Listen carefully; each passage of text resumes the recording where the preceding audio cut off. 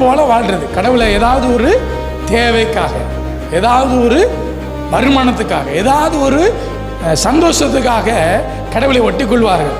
அவங்களுக்கு எல்லாமே கிடைச்சிருச்சுன்னு வச்சுங்களேன், கடவுளை விட்டு பின்வாங்கி போய்விடுவார்கள். அப்படிப்பட்டவர்கள் கடவுளால் தெரிந்து கொள்ளப்பட்டவர்கள் அல்ல. கடவுள் தாம் தெரிந்து கொண்டவர்களுக்காக அவர் இறுதி வரை அவர்களை காப்பாற்ற, அவர்களை போஷிக்க அவர் வல்லமையுள்ளவராக இருக்கிறார்.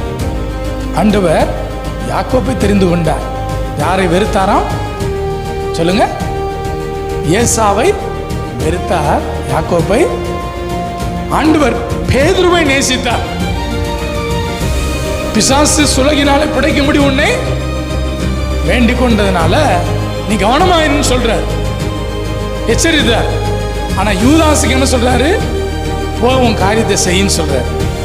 அவன் போய் ஆண்டவருக்கு விரோதமான காரியங்களை செஞ்சு 4 கொண்டு சேர்த்தான். கடவுளை